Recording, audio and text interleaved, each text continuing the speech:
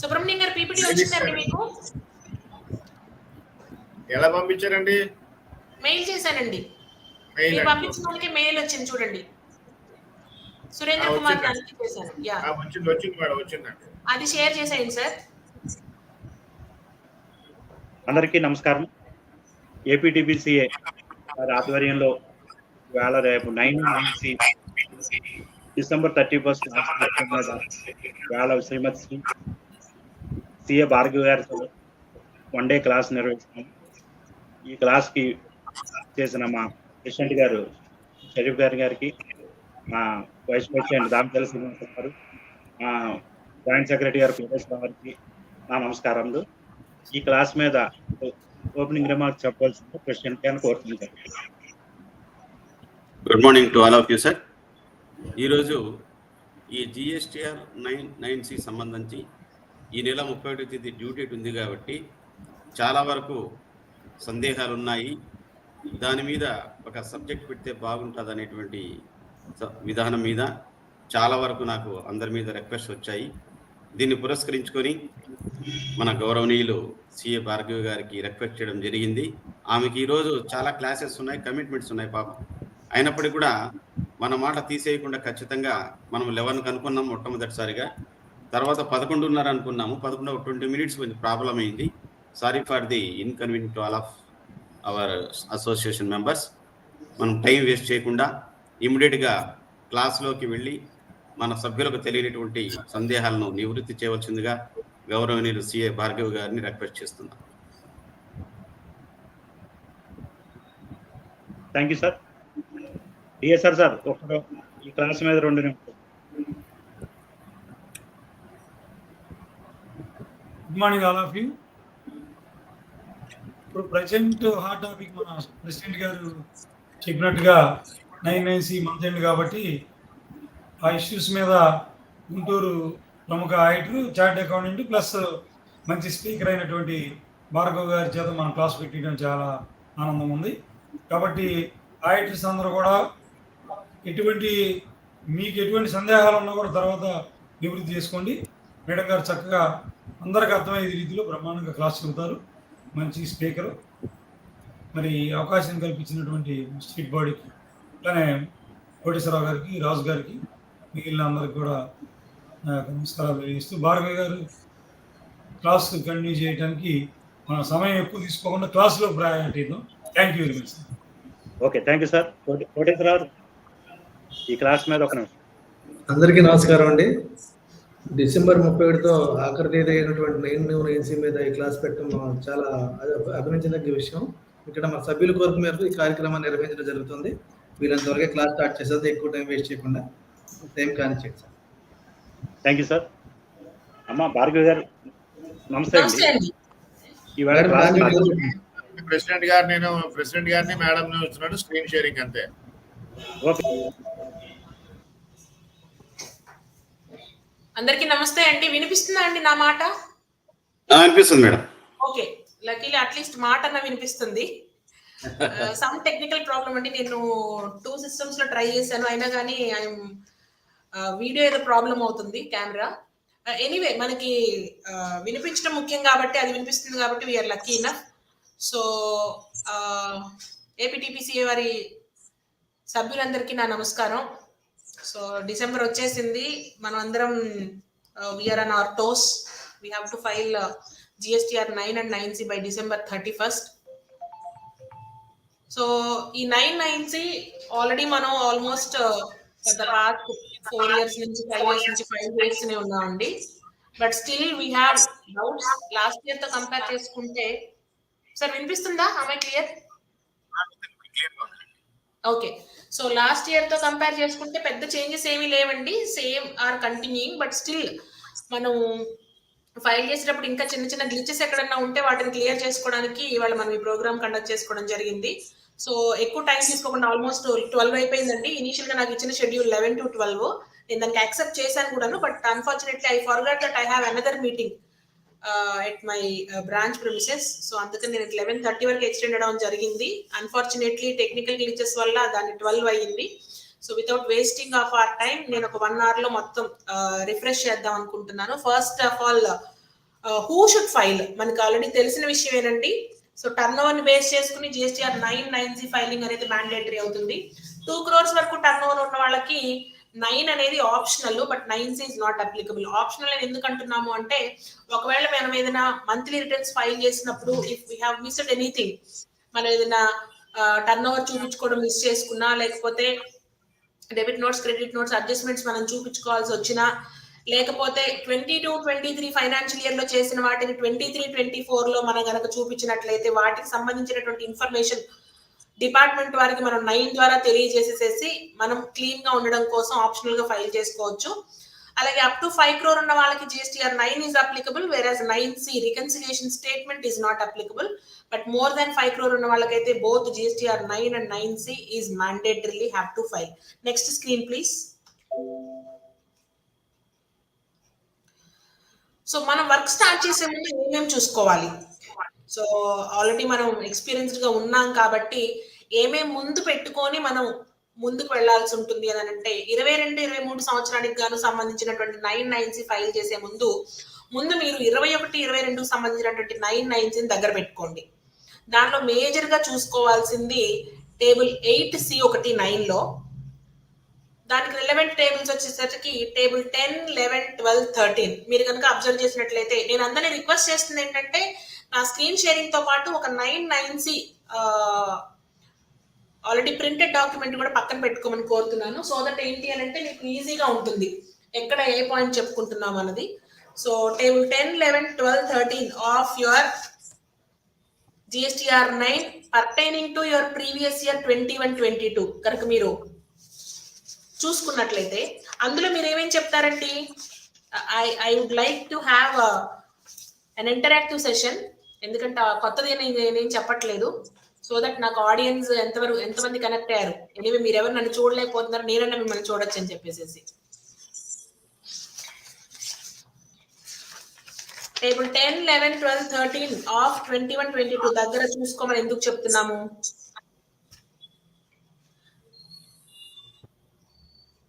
నన్నే చెప్పమంటారా? Right. So ఏం చేసి ఉంటాం ఆ సంవత్సరంలో 21-22కు సంబంధించినటువంటి సప్లైస్ ని యాడ్ చేసిన లెస్ చేసిన 22-23లో up to the specified date అంటే up to the date of filing of your September month return.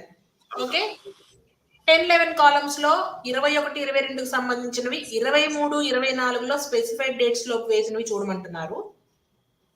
Sorry 22-23. అలాగే 12-13 కాలమ్స్ లో 21-22కు సంబంధించినటువంటి మిస్డ్ ఇన్పుట్స్ మీరేమన్నా 22-23లో కనుక చూపించుకున్నట్లయితే up to the specified date వాటిని మనం 12th కాలమ్ లో యాడ్ చేస్తాం. అలాగే రివర్సల్స్ ఏమన్నా ఉంటే 13 కాలమ్ లో చేస్తాం. అలాగే రివర్సల్ ఏమన్నా ఉంటే 12th కాలమ్ లో చేస్తాం. సో ఈ 10, 11, 12, 13 of 21-22 mandatorily has to be checked. ఎందుకంటే మనకి 22-23 టర్న్ ఓవర్స్ డిఫరెన్సెస్ వచ్చేస్తాయి, ఐటీసీ డిఫరెన్స్ వస్తాయి. దేని వల్ల వచ్చినాయి అని అంటే 21-22కు సంబంధించినవి 22-23లో చూపించుంటాం కాబట్టి. ఆమె క్లియర్ సార్? Okay madam.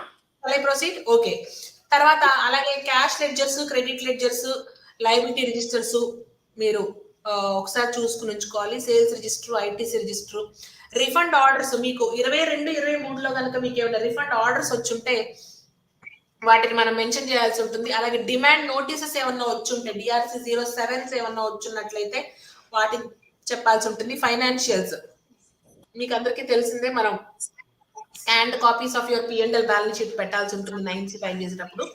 అలాగే మీరు 22-23లో DRC-03 ద్వారా ఏమైనా కట్టినట్లయితే వాటిని కూడా మీరు దగ్గర పెట్టుకుని ఉంచుకున్నట్లయితే మీ వర్క్ ఈజీ అయిపోతుంది.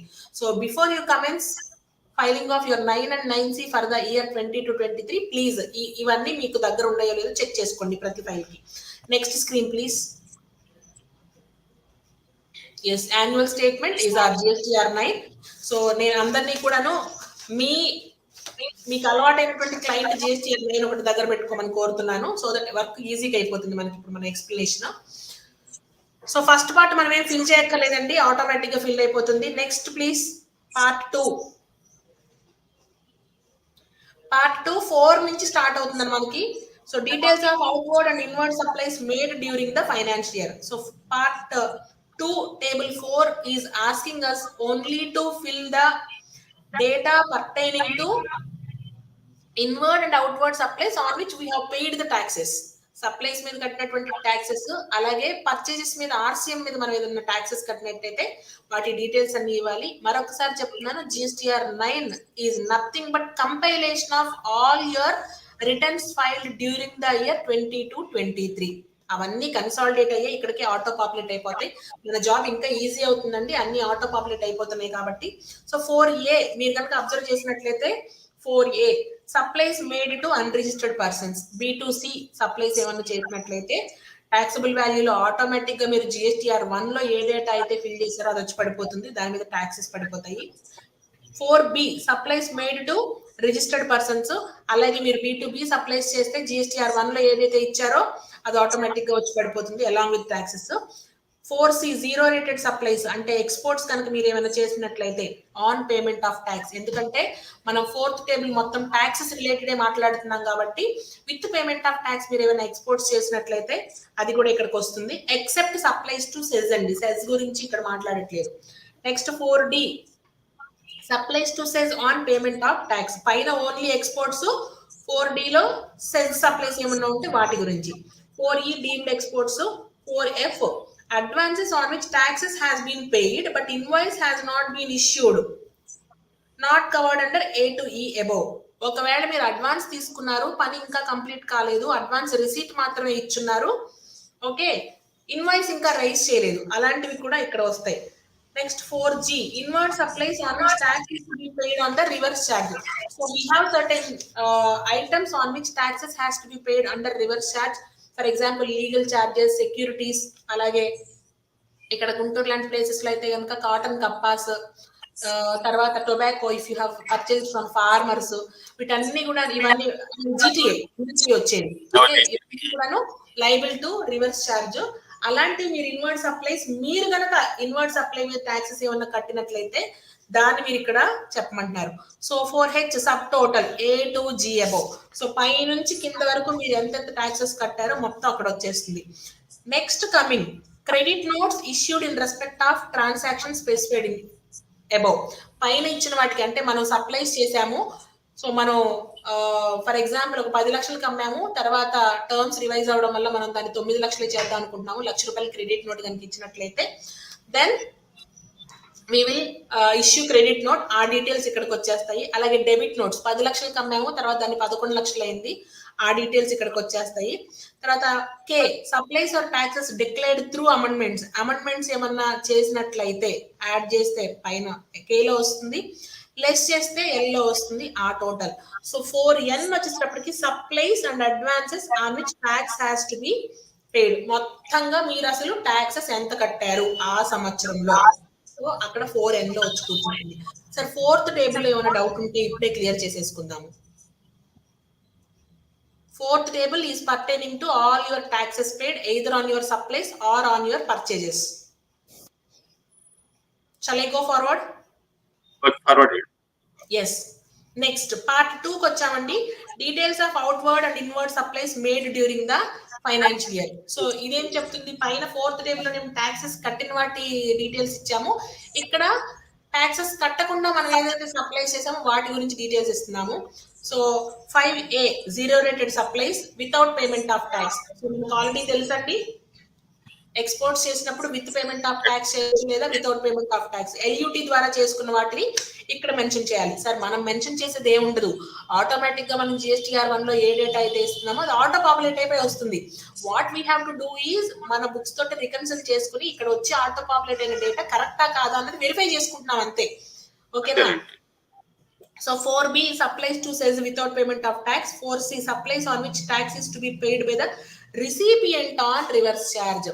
4th table లోనేమో మనం ఏదైనా రివర్స్ ఛార్జ్ లో కడితే అది ఇస్తాము, ఇక్కడేమో మనం సప్లై చేసాము కానీ రిసిపియంట్ రివర్స్ ఛార్జ్ లో కట్టుకోవాలి. ఎట్లా, మీరు GTI అయ్యారు, రిజిస్టర్డ్ టు రిజిస్టర్డ్ చేశారు, అప్పుడు ఏమవుతుంది, మనం సప్లై జీటీఎస్ అప్లై చేస్తే మన దగ్గర నుంచి ఆ ట్రాన్స్పోర్ట్ సర్వీస్ ఎవరైతే తీసుకుంటారో వాళ్ళు రివర్స్ ఛార్జ్ లో కట్టుకుంటారు. అంటే మన సప్లైయే కానీ మనం దాని మీద ట్యాక్స్ కట్టక్కర్లేదు కదా. అలాగే security services, proprietor to body corporate అనుకోండి, అవతల వాళ్ళు రివర్స్ ఛార్జ్ లో కట్టుకోవాలి. సో అలాంటి డీటెయిల్స్ అన్ని ఇక్కడ వస్తాయి. 5D ఎగ్జామ్టెడ్, 5E నిల్ రేటెడ్, ఈ రెండు కలిపి ఎగ్జామ్టెడ్ లో ఇచ్చుకోవచ్చు అండి, ఇబ్బంది ఏం లేదు. 5F నాన్ జిఎస్టీ సప్లైస్ ఏమన్నా ఉంటే చూసుకోవాలి. సో 5G వచ్చేసి టోటల్ ఆఫ్ అబౌవ్, మొత్తం మీ ఎగ్జామ్టెడ్ సప్లైస్ ఏమేమి ఉన్నాయి అంటే వేటి మీద మీరు ఏం ట్యాక్సెస్ కట్టలేదు మొత్తం కూడా ఇక్కడ వస్తుంది. నెక్స్ట్ ఆ ఎగ్జామ్టెడ్ సప్లైస్ సంబంధించినటువంటి credit notes, debit notes, amendments 5HIJK వెళ్ళిపోతుందండి. 5L లో మొత్తం total net of debit notes, credit notes అన్ని పోను 5L లో వస్తుంది. 5M turn over on which tax is not to be paid, total of your exempted supplies. Then N total turnover including advances, 4N plus 5M minus 4G above. అంటే ఏంటండి, మీ total turn over ఏమవుతుంది, taxable plus exempted minus taxes paid on reverse charge. మీరు కనుక చూసినట్లయితే 4G ఏం చెప్తుంది మీకు, inward supplies on which taxes is to be paid under reverse charge వస్తుంది కదా. ఇక్కడ టర్న్ ఓవర్ గురించి మాట్లాడుతుంటే టర్న్ ఓవర్ లో మన పర్చేజెస్ మీద మనం కట్టినటువంటి ఆర్సీఎం రాదు కదా. అందుకని total turn over 4N is equal to 4N plus 5M minus 4G. So 5th టేబుల్లో ఇంకా డౌట్స్ ఏమన్నా ఉంటే ఒకసారి అడగొచ్చండి.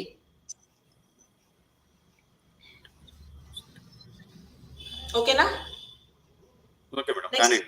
పార్ట్ 3 6th టేబుల్కి వెళ్దామండి.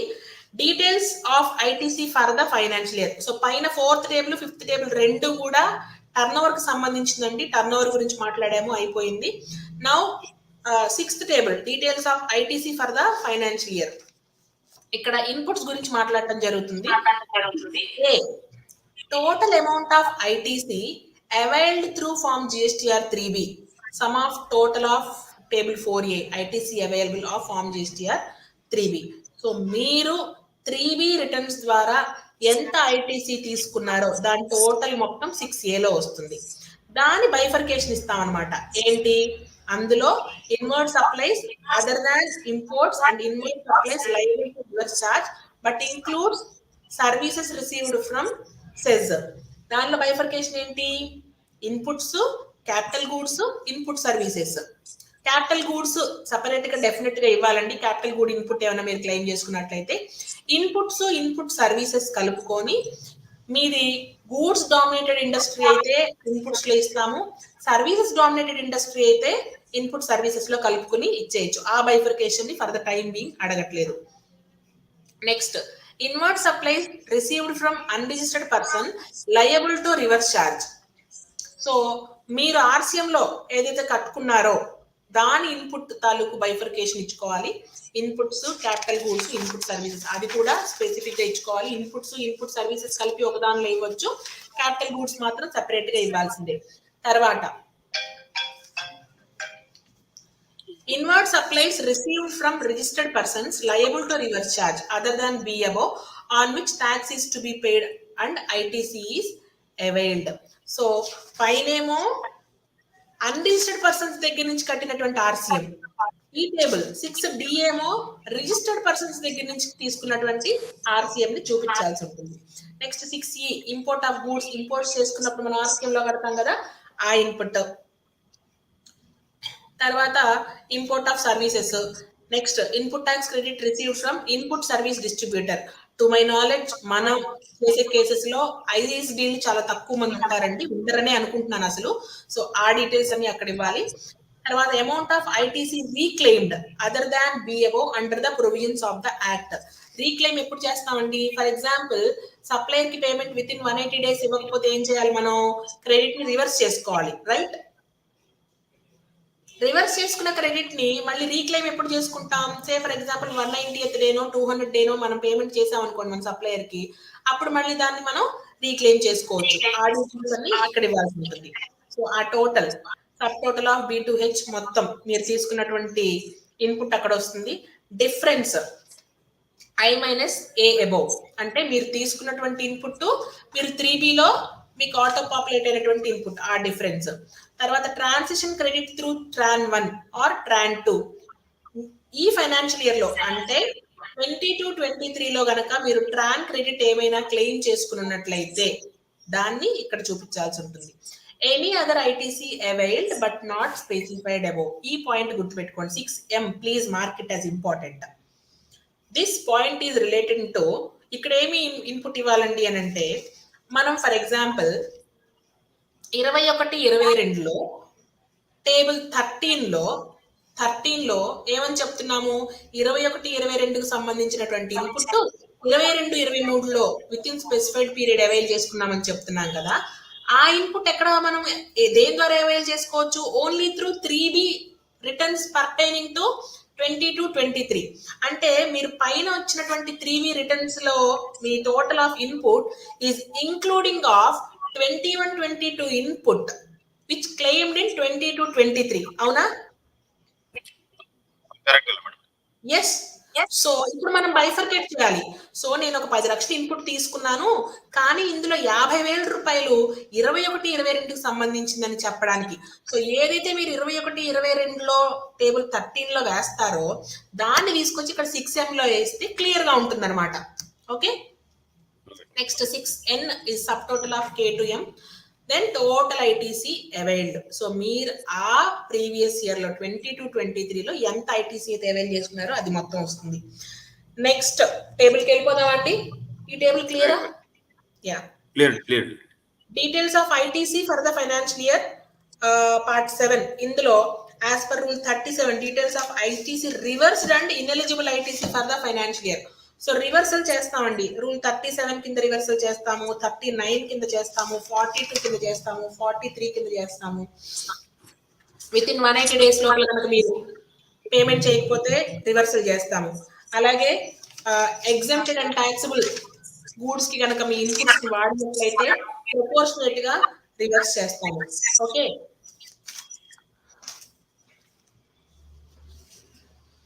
క్యాపిటల్ గూడ్స్ ని కనుక మీరు వాడినట్లయితే ఎగ్జెంప్టెడ్ గూడ్స్ కి దాన్ని రివర్సల్ చేస్తాము.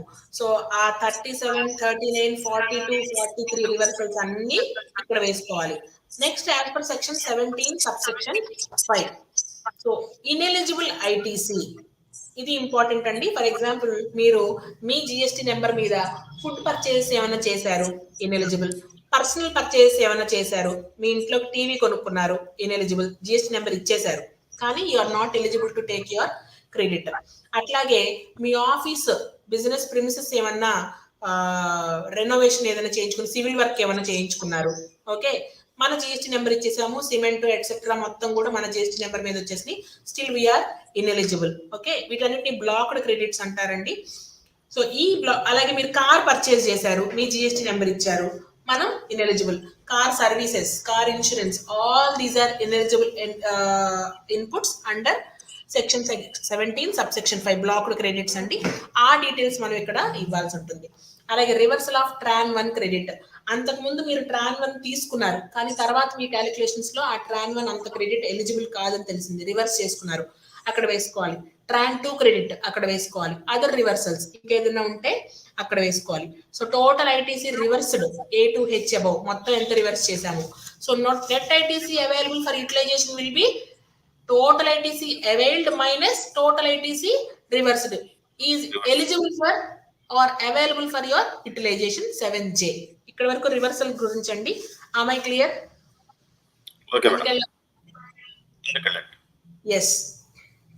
Next details of ITC for the financial year. So 6th table ఏమో ఏమేమి ఐటీసీ అవైల్ చేసుకున్నారు, 7th టేబుల్ ఏమో ఏమేమి ఐటీసీ రివర్స్ చేసుకున్నారు. ఇప్పుడు మొత్తంగా కలిపి టోటల్ డీటెయిల్స్ ఆఫ్ ఐటీసీ ఇస్తున్నామండి. 8A ఈ టేబుల్ చాలా ఇంపార్టెంట్ అండి, ఎందుకంటే మనకి జిఎస్టి నోటీసెస్ ఈ టేబుల్ నుంచే వస్తాయి. సో ఈ టేబుల్ ని ప్రాపర్ గా ఫిల్ చేసుకోవడం అనేది మోస్ట్ ఇంపార్టెంట్. మీకు ఈ టేబుల్ నుంచే నోటీసెస్ చాలా వస్తున్నాయి, especially 8D difference A - B + C. మీరు కనుక నోటీసెస్ ASMT 10 చూసినట్లయితే one of the point will be difference in 8D వస్తుంది. చూసారా అండి? ఎవరికైనా వచ్చున్నాయా? నోటీసెస్ ASMT 10 యా, అంటే త్రూ అవుట్ ఏపీ అండి, చాలా వచ్చాయి నోటీసెస్. అదే ఈ పాయింట్ మీద డిఫరెన్స్ చూసారా? 8D డిఫరెన్స్ చూసారా? ఆ నోటీస్ లో విరివిగా వస్తుంది పాయింట్. వస్తుంది దాంట్లో yeah ITC variations between GSTR-2 and GSTR-3 అని చెప్పి దాంట్లో ఇస్తున్నారు. 3B ఒక పాయింట్ ఇస్తున్నారు, 8D ఒక పాయింట్ ఇస్తున్నారు. ఓకే, ఇస్తున్నారు అక్కడ ఇస్తున్నారు. 8A ITC as per 2A table 3 and 5 thereof. Okay, 2A ప్రకారం మీ టోటల్ ఐటీసీ ఎంత? సో మనందరము 22-23 లో ఇంకా ఎక్కువ జాగ్రత్త పడ్డామండి. వాట్ ఎవర్ ద ఐటీసీ, ఒక్క నిమిషం అండి, మీటింగ్ లో ఉన్నాను సృజన.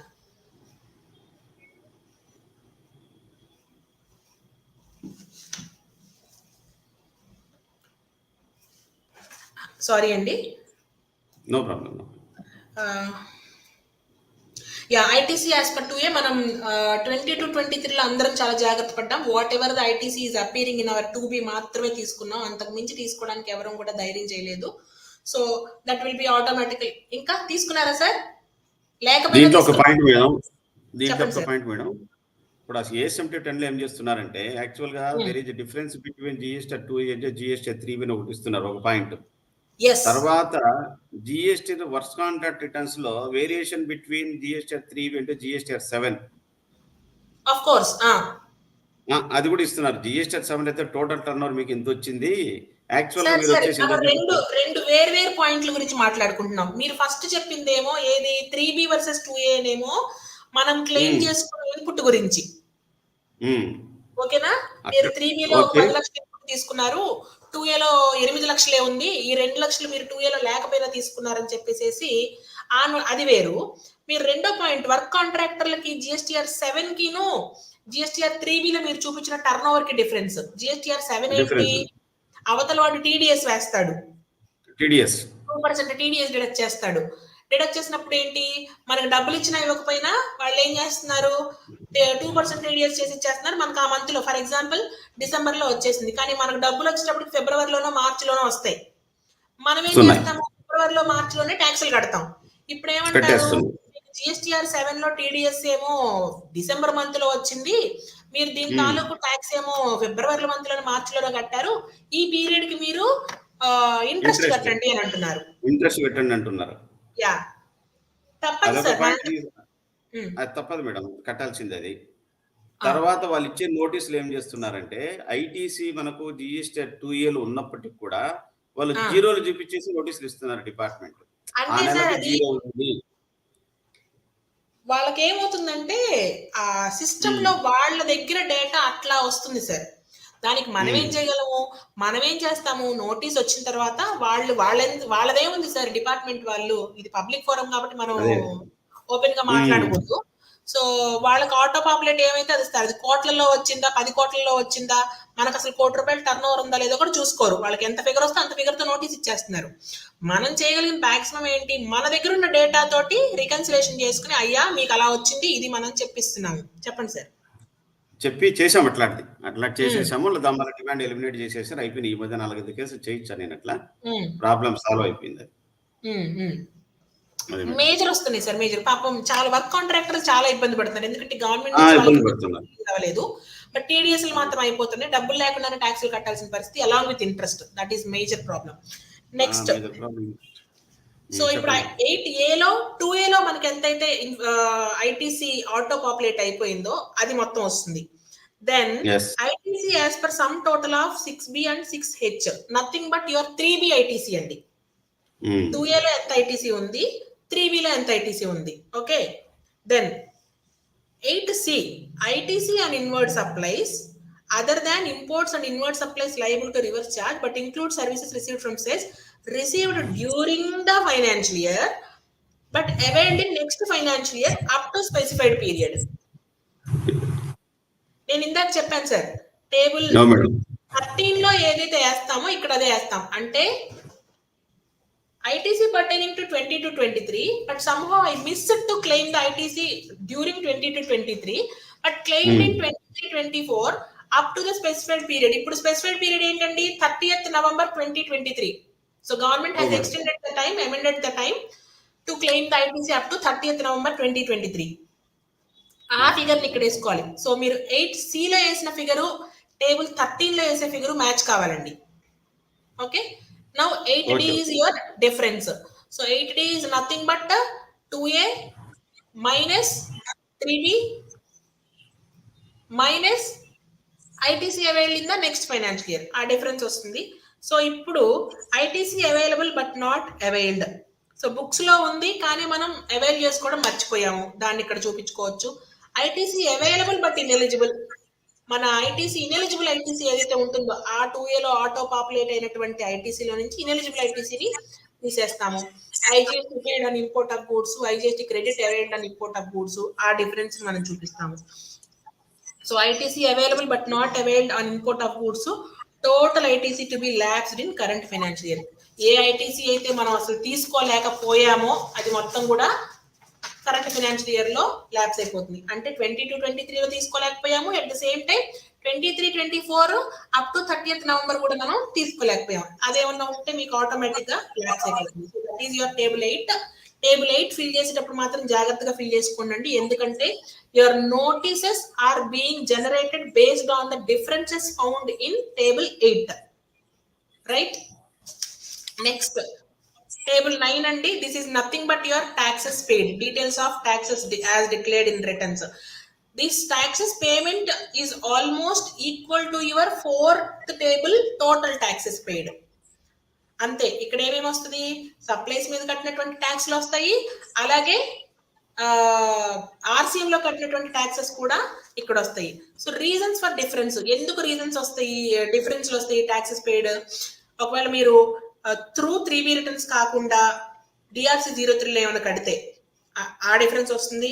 ట్యాక్సెస్ ఆఫ్ 17-18 పర్టైనింగ్ టు, అంటే సారీ 22-23 ఈస్ 23-24 లో కడితే అవి వస్తాయి. క్రెడిట్ రివర్సల్స్ ఏమైనా చేస్తే ఆ డిఫరెన్స్ వస్తుంది. ఎక్సెస్ ట్యాక్సెస్ పెయిడ్ ఏమైనా ఉంటే వస్తుంది. Short payment of taxes earlier అంటే వస్తుంది. So these are the reasons for differences. అక్కడ నేను 17-18 అని పెట్టిన చోటలో మీరు 22-23, 23-24 అని మార్చుకోవాల్సి ఉంటుంది. Next table please. So this is another important table andi. Table 10, supplies or taxes declared through amendments in the next financial year. అంటే 22-23 కి సంబంధించింది 23-24 లోపల కనుక మీరు ట్యాక్సెస్ చూపించుకున్నట్లయితే 10th టేబుల్ లో వేయాలి. అలాగే రెడ్యూస్ చేస్తే 11th టేబుల్, ఐటీసీ రివర్సల్ చేస్తే 12th టేబుల్, ఐటీసీ అవైల్ చేసుకుంటే 13th టేబుల్. నేను మళ్ళీ చెప్తున్నాను, your table 8C and 13 shall match. Right. So table 14, ఈ అబౌవ్ డిఫరెన్సెస్ వల్ల మీరు ఏమన్నా 23-24 లో ట్యాక్సెస్ కడితే that you have to declare in table 14. Next table 15 అంటే అదర్ ఇన్ఫర్మేషన్. రిఫండ్స్ ఏమన్నా అప్లై చేస్తే ఎంత క్లెయిమ్ చేశారు, ఎంత శాంక్షన్ అయింది, ఎంత రిజెక్షన్ అయింది, ఎంత పెండింగ్ ఉంది, మీకు ఏమైనా డిమాండ్ ఆఫ్ ట్యాక్సెస్ DRC 07 వచ్చి ఏమైనా ట్యాక్సెస్ డిమాండ్ ఉందా, ఓకేనా? సో వీటికి సంబంధించి మీరు ఏమైనా ట్యాక్సెస్ పే చేసి ఉన్నారా డిమాండ్ కి సంబంధించి, ఈ డిమాండ్ కి సంబంధించి ఇంకా పెండింగ్ ఏమన్నా ఉందా. ఆబ్వియస్ గా ఈ పెండింగ్లు కనిపించినాయి అనుకోండి, వెంటనే మనకి అరియర్స్ నోటీసులు వచ్చేస్తాయి అనమాట. రాగానే మనం మీరు అపీల్ కనుక వేసుకున్నట్లయితే, అపీల్ ఇన్ఫర్మేషన్ ఇచ్చినట్లయితే కామ్ గా ఉంటారు. లేదంటే ఏం జరుగుతుందంటే ప్రాపర్టీ అటాచ్మెంట్ జరుగుతుందండి. మీకు కూడా జరుగుతుందా? జరుగుతుంది మేడం. అటాచ్మెంట్స్, ప్రాపర్టీ అటాచ్మెంట్స్ జరుగుతున్నాయి, అది జరుగుతుంది అనమాట. జరుగుతున్నాయి. టేబుల్ 16 అండి. Next table please.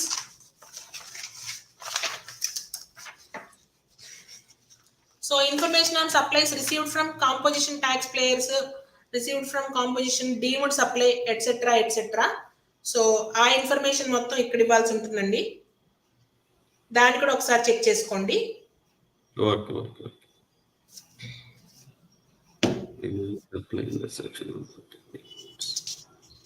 Composition tax payers నుంచి ఏమేమి కొనుక్కున్నారు, goods sent on approval, sales or returns basis మీద పంపించినవి ఏమైనా ఉంటే ఆ ఇన్ఫర్మేషన్ ఇక్కడ ఉంటుంది.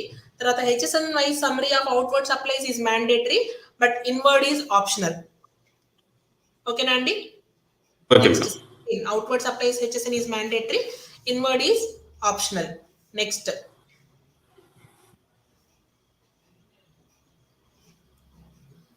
సో ఇక్కడ మీరు కనుక చూసుకున్నట్లయితే ఏమేమి టేబుల్ ఏమేమి దేన్ని ఇంపాక్ట్ చేస్తే అని చూసుకున్నట్లయితే మనం ఆల్రెడీ చెప్పుకున్నాం. Table 4 outward supplies attracting taxes, table 5 outward supplies not attracting taxes, table 10 outward supplies declared in 23-24, Table 11, outward supplies declared in 23-24 reduced. 24. Okay, now okay. ఇప్పుడు 22-23 చేసేటప్పుడు మనకు వచ్చిన డౌట్స్. ఇన్వాయిస్ డేట్ 21-22లో ఉంది, కానీ 22-23లో రిపోర్ట్ చేశాము. అప్పుడు ఏమవుతుంది? 21-22 10-11 కాలంలో ఉన్నటువంటి అమౌంట్ తోటి మ్యాచ్ అవ్వాలి. 21-22 GSTR-9 10-11 కాలం తోటి ఇది మ్యాచ్ అవ్వాలి. అలాగే 22-23 డాక్యుమెంట్ డేట్ రిపోర్టెడ్ ఇన్ 22-23 ఎక్కడ వస్తుంది? టాక్సిబుల్ అయితే 4 లో వస్తుంది, ఎగ్జామ్టెడ్ అయితే 5 లో వస్తుంది. అలాగే 22-23 ఇన్వాయిస్ డేట్ రిపోర్టెడ్ ఇన్ 23-24 ఎక్కడ వస్తుంది? 22-23 GSTR-9 టేబుల్ 10 ఆర్ 11 లో వస్తుంది. అలాగే 22-23 డాక్యుమెంట్ డేట్ అసలు రిపోర్ట్ చేయలేదండి. ఇన్వాయిస్ సప్లై రిపోర్ట్ చేయలేదు. Please do remember, if you have missed to report in GSTR-1 of 22-23 as well 23-24 up to the specified date కనుక మీరు అసలు మిస్ చేసినట్లయితే, ఇన్వాయిస్ ని చూపించకపోయినట్లయితే మనం GSTR-9 ద్వారా చూపించొచ్చా?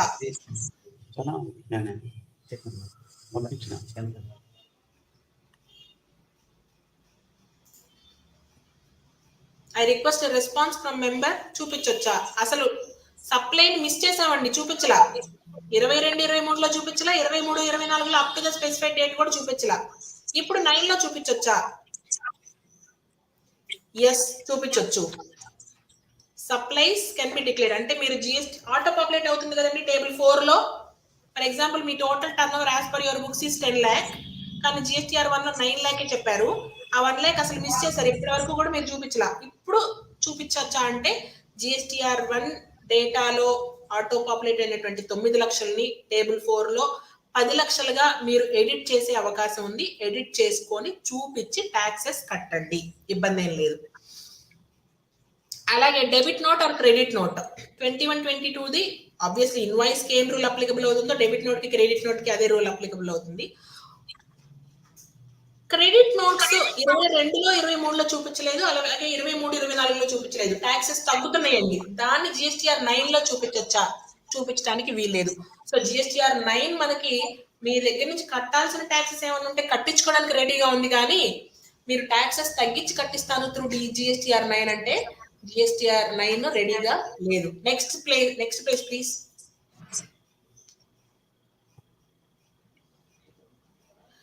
Inward supplies.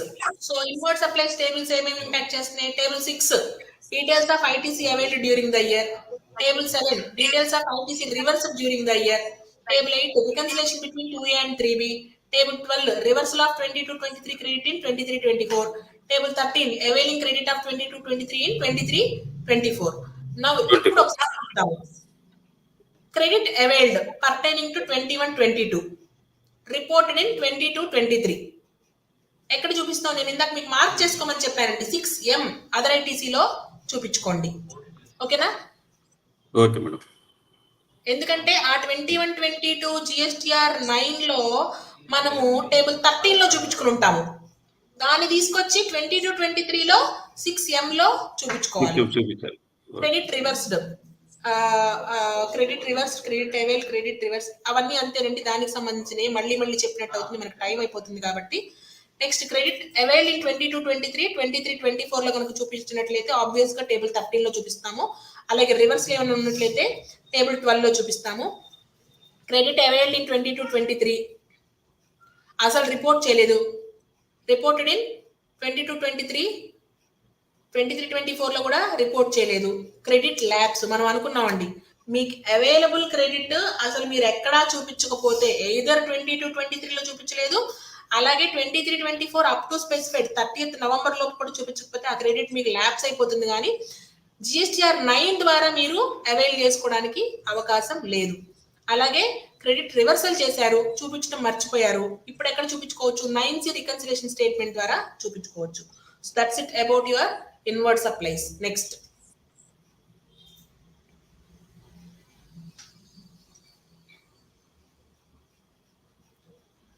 సో ఏమేమి కంపల్సరీ, ఏమేమి optional, exam turn over and nil rated కలుపుకొని 5Dలో వేసుకోవచ్చు.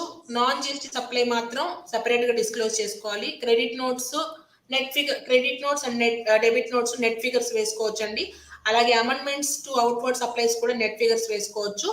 సో క్యాపిటల్ గూడ్స్ సెపరేట్ గా డిక్లేర్ చేయాలి. ఇన్పుట్ సర్వీసెస్ కలిపి ఎయిదర్ ఇన్పుట్స్ లో చూపించుకోవచ్చు లేదా ఇన్పుట్ సర్వీసెస్ లో చూపించుకోవచ్చు.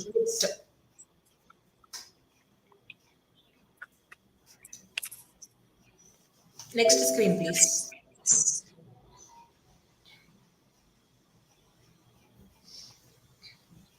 Next screen please.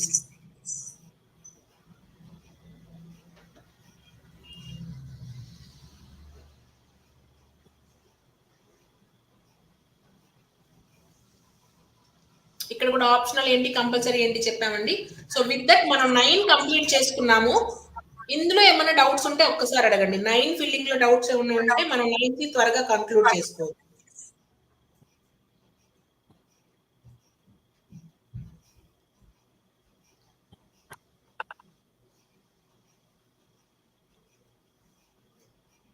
Shall I proceed with 9C? Yes. So 9C వేసుకున్నప్పుడు ఏమేమి జాగ్రత్తగా చూసుకోవాలి? రేట్ ఆఫ్ ట్యాక్సెస్ లో ఏమన్నా ఉన్నాయా? 22 మనకు సంబంధించినటువంటి గూడ్స్ ఆర్ సర్వీసెస్ లో ట్యాక్స్ రేట్లు ఏమన్నా మారినాయా చూసుకోవాలి. క్రెడిట్ రివర్సల్స్ ఏమన్నా ఉన్నాయా? స్టాక్ రైట్ ఆఫ్ ఏమన్నా చేసుకున్నామా? అలాగే రివర్సల్స్ ఆఫ్ 37, 42, 43 ఏమైనా ఉన్నాయా? Interest for delay in filing returns ఏమైనా ఉందా? ఆర్సీఎం లయబిలిటీ డ్యూరింగ్ 22-23 చూపించండి ఏమన్నా ఉందా? అలాగే ఇనెలిజిబుల్ క్రెడిట్ నోట్స్ ఏమన్నా ఉన్నాయా? ఇవన్నీ చూసుకోవాలి. నెక్స్ట్ 9C దగ్గర పెట్టుకోండి సార్ అందరూ.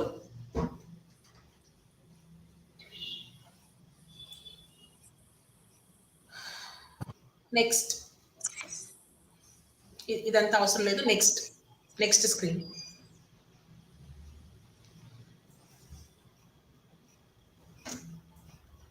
సో 9 కనుక మనం కరెక్ట్ గా ఫిల్ చేస్తే, ప్రాపర్ నాలెడ్జ్ తో ఫిల్ చేస్తే 9Cలో డిఫరెన్సెస్ చాలా తక్కువ వస్తాయండి. So 9C will be very easy because 9C is just a reconciliation statement between your books of accounts and the GSTR returns. So GSTR returns లో మనం ఏమన్నా మార్పులు చేర్పులు ఉంటే 9 ద్వారా చెప్పేస్తున్నాం కాబట్టి వన్స్ 9 ఫైల్ చేసామంటే ప్రాపర్ ఫిగర్స్ వచ్చేసి ఆటోమేటిక్ 9Cలో పడిపోతే మీ రికన్సిలేషన్ చాలా ఈజీ అయిపోతుంది.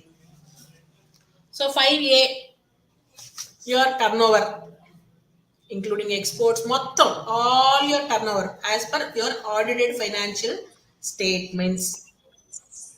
తర్వాత ఆ 5B 5C ఏవైతే ఉన్నాయో అవి జనరల్ గా ఈ కన్స్ట్రక్షన్ సర్వీసెస్ లో ఉన్న వాళ్ళకి వస్తాయండి. అన్బిల్డ్ రెవెన్యూ, అన్అడ్జస్టెడ్ అడ్వాన్సెస్ ఇవన్నీ కూడా కన్స్ట్రక్షన్ సర్వీసెస్ లో ఉన్న వాళ్ళకి వస్తాయి. తర్వాత credit notes issued after the end of the financial year but reflected in the annual return. Financial year అయిపోయిన తర్వాత ఇష్యూ చేశాము కానీ యాన్యువల్ రిటర్న్ లో రిఫ్లెక్ట్ అయింది. ఎందుకు? విత్ ఇన్ స్పెసిఫైడ్ టైం చేశాం కాబట్టి. సో అవన్నీ. తర్వాత 5F నుంచి 5O వరకు అడ్జస్ట్మెంట్స్, అలాంటి అడ్జస్ట్మెంట్స్ ఏమన్నా ఉంటే అవన్నీ 5F నుంచి 5O వరకు వస్తాయి. మోస్ట్లీ రెసిడెన్షియల్ సర్వీసెస్ లో ఉన్న వాళ్ళకి వస్తాయి. మనం జనరల్ గా తీసుకున్న దాన్ని.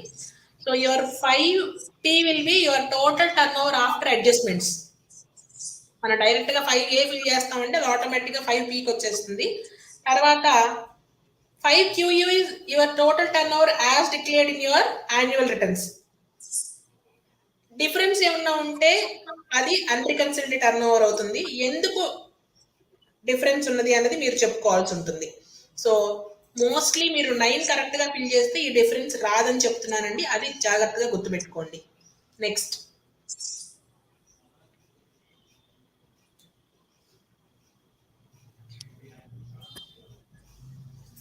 అండి reconciliation of taxable turn over.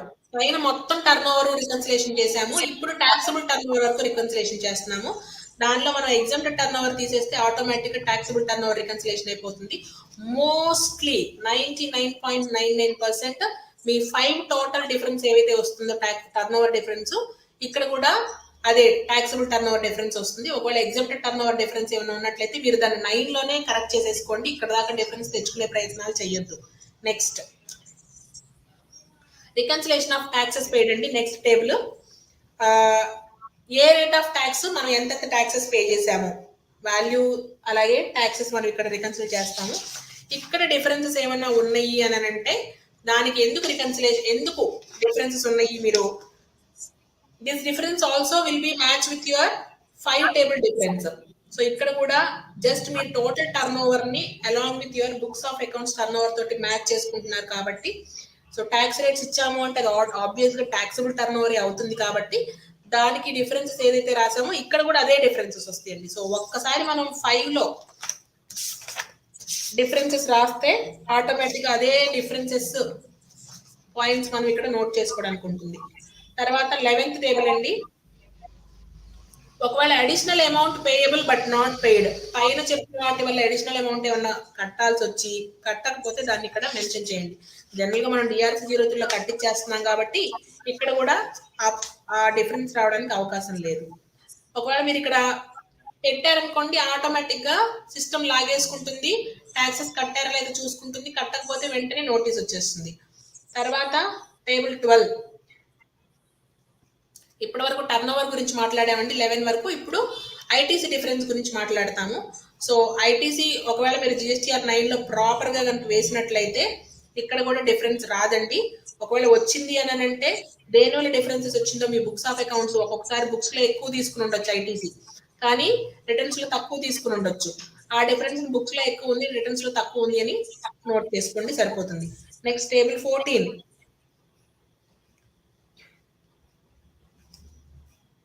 Table 14. So reconciliation of ITC declared in annual returns with ITC availed or expenses as per audited financial statements or books of accounts.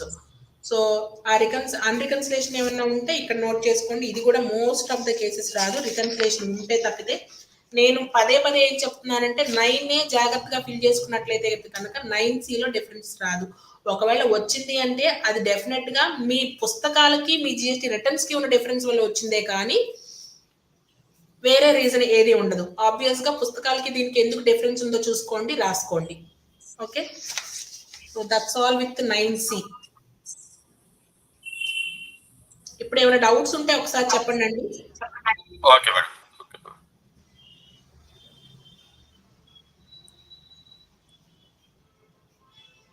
Questions ఏమైనా రైట్ చేశారా?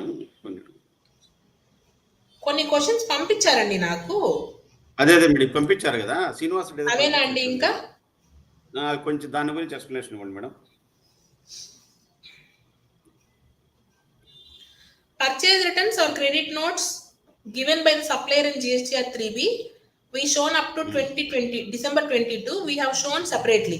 From January onwards we have shown net of ITC, then how go about in GSTR-9.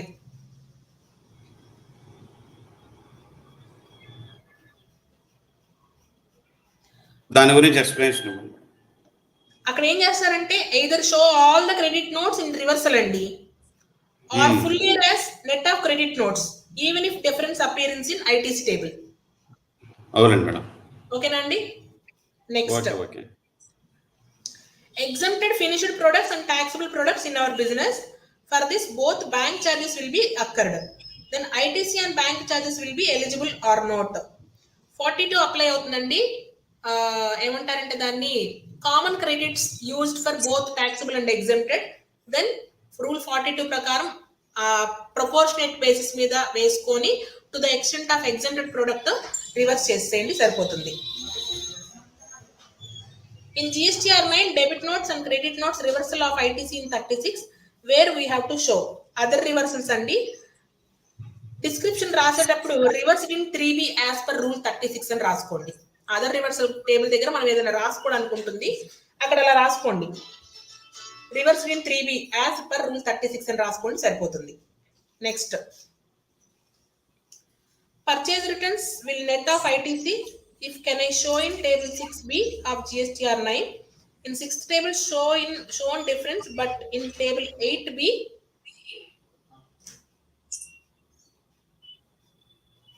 table 8B will be correctly ITC utilization will not show.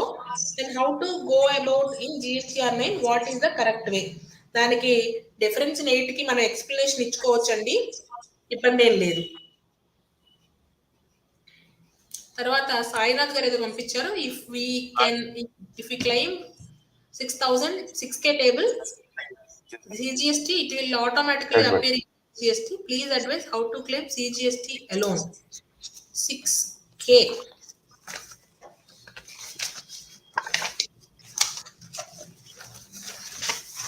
మరి ఏం అడుగుతున్నారంటే CGST ఒక్కటే మీరు ఎంత తీసుకుంటే అంతే వస్తుంది కదండి. క్లైమ్ ఇన్ 6K టేబుల్ మీరు CGST తీసుకున్నారు అంతేనండి. CGST తీసుకున్నట్టు టేబుల్ అప్పుడు అది సార్ అసలు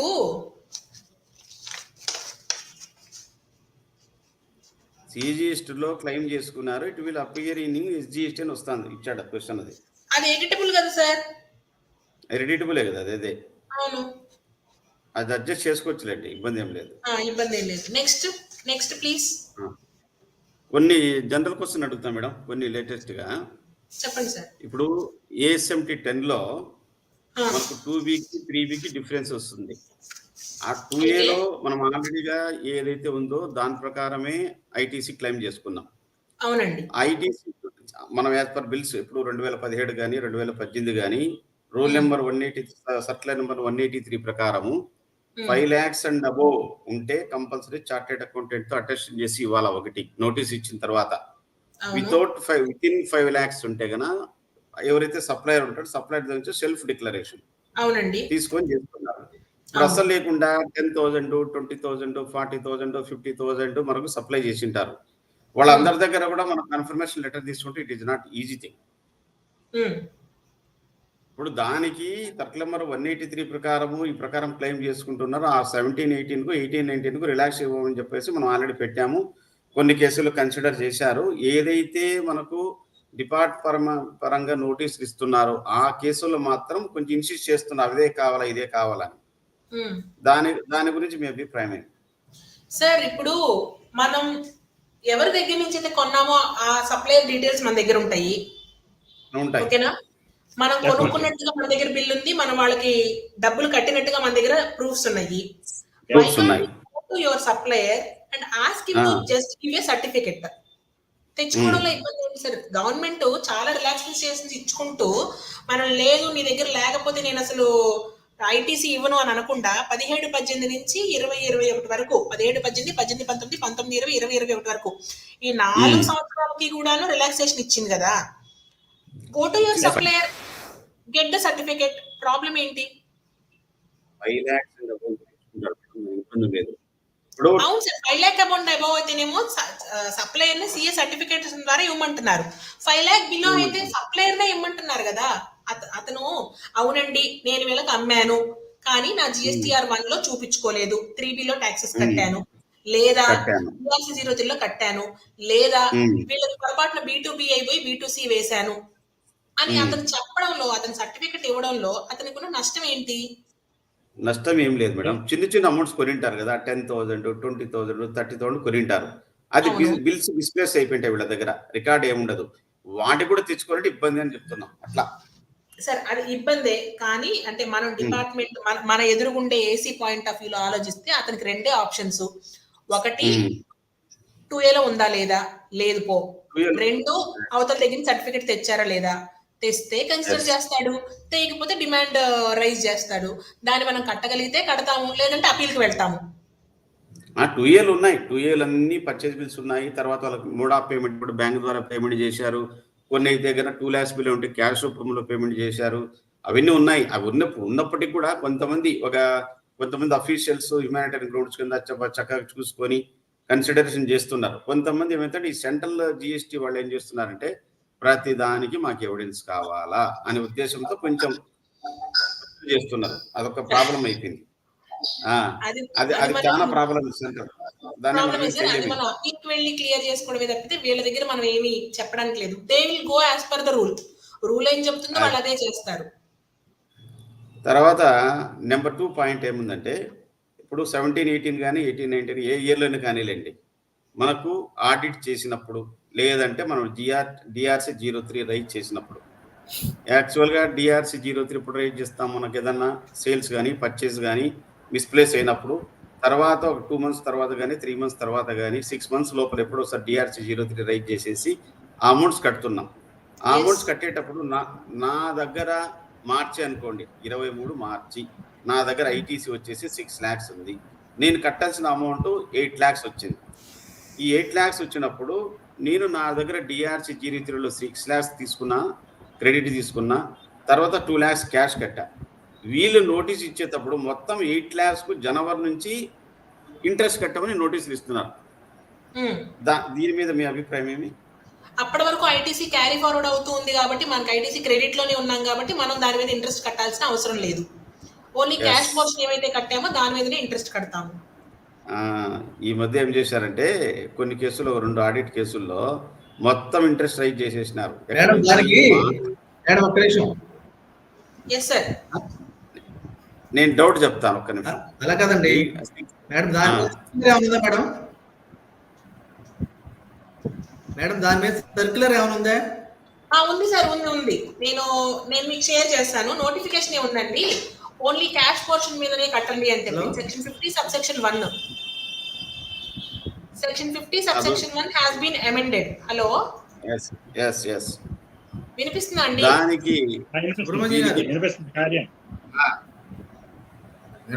దీనికి సంబంధించి రెండు కేసుల్లో ఏం చేశారంటే 8 lakhs మీద 18% ఇంట్రెస్ట్ చేశారు.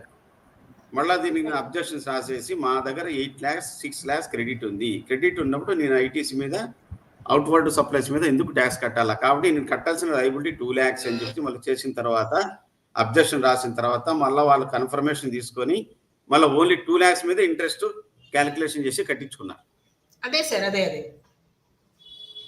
దీని మీద చాలా మందికి అవగాహన లేదు. ఆ సర్క్యులర్ కొంచెం సర్క్యులేట్ చేయండి మేడం. అట్లాగేనండి. కోటేశ్వరరావు నెక్స్ట్ కంటిన్యూ చేయండి సార్. ప్రెసిడెంట్ గారు ఇంకో అదొక పాయింట్ ఉంది, ఇది ఒక పాయింట్ ఉంది. తర్వాత ఇప్పుడు చెప్పిన మనం నోటీస్ ఇచ్చే టైంకి మన దగ్గర ఇన్పుట్ ఉన్న ఇంట్రెస్ట్ పే చేయమని చాలా ప్రెజర్ ఉంది. వాళ్ళ దగ్గర చాలా ప్రెజర్ ఉంది. ఐటీసీ అయితే ఉంది, అయినా కట్టమని ప్రెజర్ చేస్తున్నారు. కాదు, మేము ఏమంటున్నామంటే ఇంట్రెస్ట్ పే చేయడానికి నోటీస్ ఇవ్వమని అడుగుతున్నాం. ఆ నోటీస్ ఇవ్వడానికి ముందుకు రావట్లా. దాని మీద సర్క్యులర్ పంపితే ఏమండి, సర్క్యులర్ పంపిస్తారు. ఇప్పుడు మీకు మేడం పంపిస్తారు, కట్టాల్సిన అవసరం లేదు. దాని సర్క్యులర్ అడుగుతున్నారు సార్. మన సర్క్యులర్ ఒకటి తీసుకుంటే 1 minute మేడం, లైవ్ లో ఉన్నారమ్మా? ఉన్నానండి, ఉన్నాను, వింటున్నాను. మీరు మాట్లాడుతున్నారు కదా, వింటున్నాను. కోటేశ్వరరావు మీరు కంటిన్యూ అడగండి, మీ డౌట్ అడగండి కోటేశ్వరరావు మేడం గారు. అర్థమైందండి, మీరు చెప్పింది అర్థమైంది నాకు.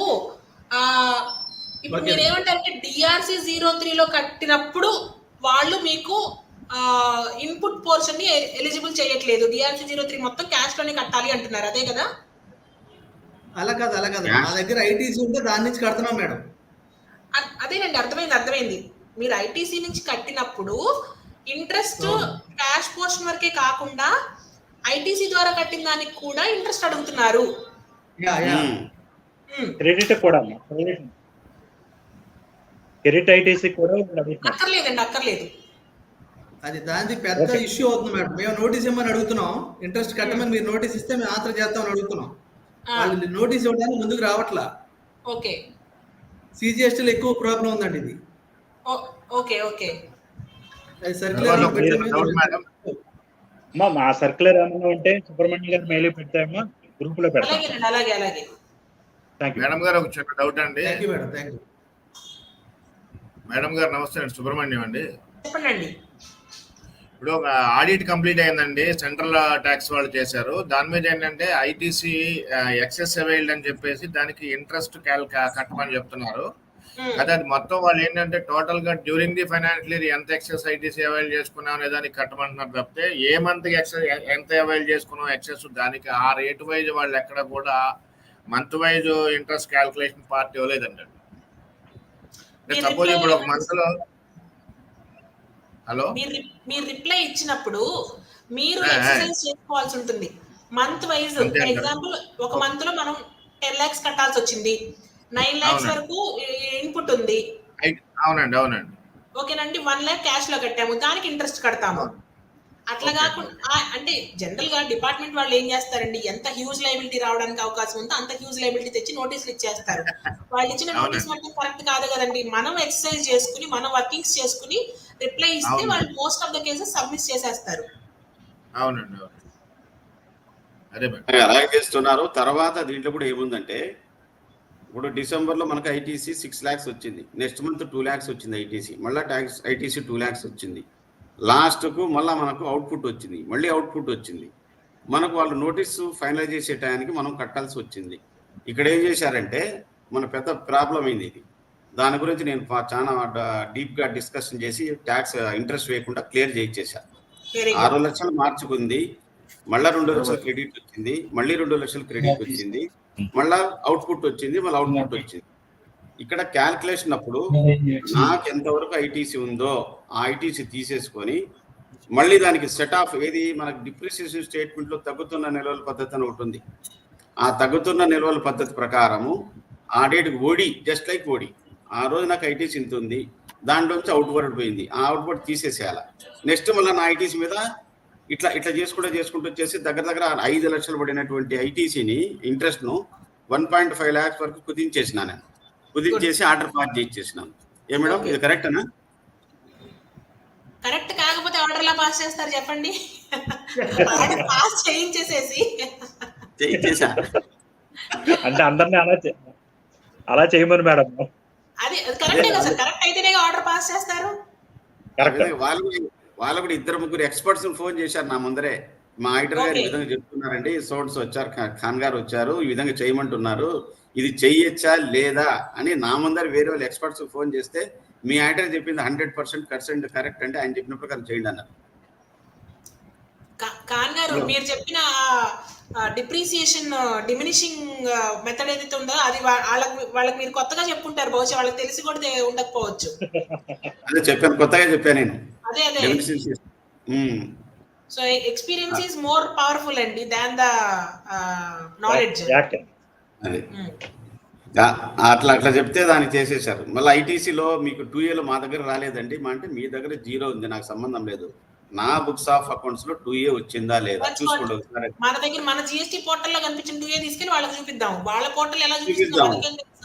మీకు రాలేదు, మీ దగ్గర 0 వచ్చింది, నా దగ్గర వచ్చింది, ఇప్పుడు నా దగ్గర వచ్చిందా, నా దగ్గర పేమెంట్ జరిగినాయి, ఇన్వాయిస్లు వచ్చినాయి అని అట్లా ఒక 25 లక్షలు డిమాండ్ ఎత్తారు. ఆ విధంగా కూడా దాన్ని కూడా జీరో చేయించిన ఇన్ఫర్మేషన్ తీసుకొని పోయి. కాబట్టి మన నాలెడ్జ్ అనేది మనం బాగా పెంచుకోవాలి, కానీ లేదంటే వాళ్ళ మనల్ని నెత్తి మీద కొట్టి మొత్తం ట్యాక్స్ వేసేస్తారు.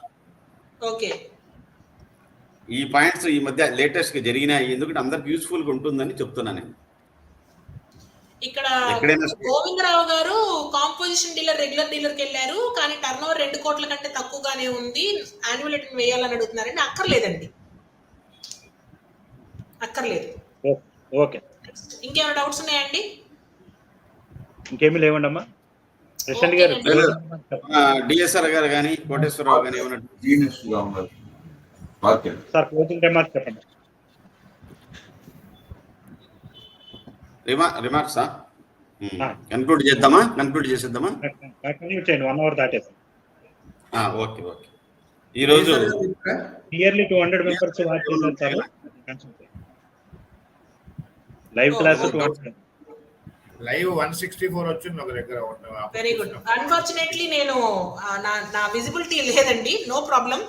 ఐ ఫీల్ నేను ఇవాళ సెషన్ ని సాటిస్ఫాక్టరీగా మీకు చెప్పగలిగాను అనుకుంటున్నాను. ఇంకేదైనా డౌట్స్ ఉంటే please just leave a message through WhatsApp, నేను వీలైనంత వరకు దాన్ని క్లియర్ చేయడానికి చూస్తాను.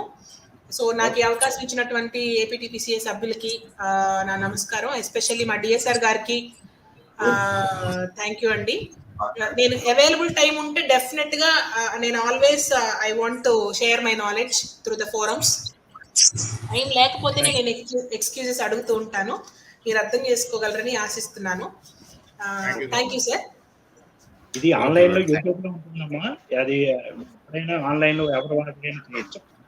మనకి నెంబరింగ్ పెరుగుతుంది. అలాగేనండి, అలాగే. ప్రెసిడెంట్ గారు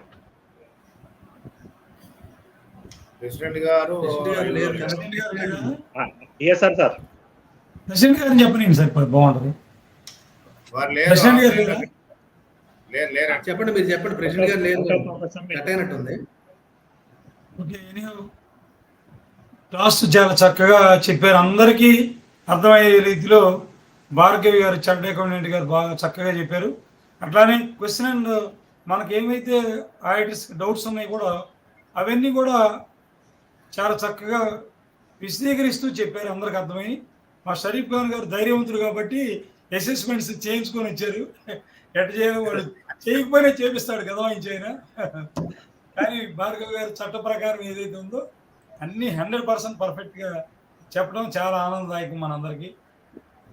ఓకే, ఇంత చక్కగా క్లాస్ చెప్పి తన అమూల్యమైనటువంటి సమయాన్ని కేటాయించి మన ఏపీటీపీసీఏ అసోసియేషన్ గురించి చెప్పినందుకు వారికి ప్రత్యేకంగా మన ఏపీటీపీ సభ్యులందరి తరఫున, ఎందుకంటే ఈ యూట్యూబ్ క్లాసు మేడం గారు ఎస్ సార్. తర్వాత కూడా ఇది చాలా చక్కగా చూస్తారండి. అవునండి, అవును. చాలా మందికి అంత ఇవాళ మీ ఇది కూడా విజువల్స్ కూడా ఉంటే బాగుండేదండి అందరికీ హ్యాపీగా. అవును సార్, ఎక్కడ ప్రాబ్లం అయినా తెలియలేదు. అన్ఫార్చునేట్లీ కొన్ని అనుకోకుండా అవునండి. కానీ మీ వాయిస్ ద్వారా అందరికి చక్కగా ఇవాళ మంచి అన్ని ఈ 9/9C మీద చక్కగా మన స్క్రీన్ మీద కూడా డిస్ప్లే చేస్తా వీడియో కూడా చూపించారు. చాలా హ్యాపీగా ఉంది అందరికి. మరి ఇక ఫుడ్ ఆఫ్ థ్యాంక్స్ చెప్పే కార్యక్రమం నాకు ఇచ్చినందుకు మా షరీఫ్ ఖాన్ గారు, ఇవన్నీ కూడా ఈ రాష్ట్రం మొత్తం మా షరీఫ్ ఖాన్ గారి పేరు నోటెడ్ అయిపోయింది. అట్లానే మా రాజు గారికి, కోటేశ్వర గారికి, కే కోటేశ్వర గారికి, మాకు అన్నిటికీ సహకరించినటువంటి వివి సుబ్రహ్మణ్యం గారు, అట్లానే ఇప్పటి వరకు అందరూ వీక్షించినటువంటి యాక్టర్స్ అందరికీ కూడా పేరు పేరున నా హృదయపూర్వక నమస్కారాలు తెలియజేస్తూ, మరిన్ని క్లాసులు కూడా మన ఏపీటీపీఎస్ తరఫున మేడం గారు తీసుకోవాలని మేము ప్రత్యేకంగా కోరుతా ఉన్నాం. తప్పకుండా.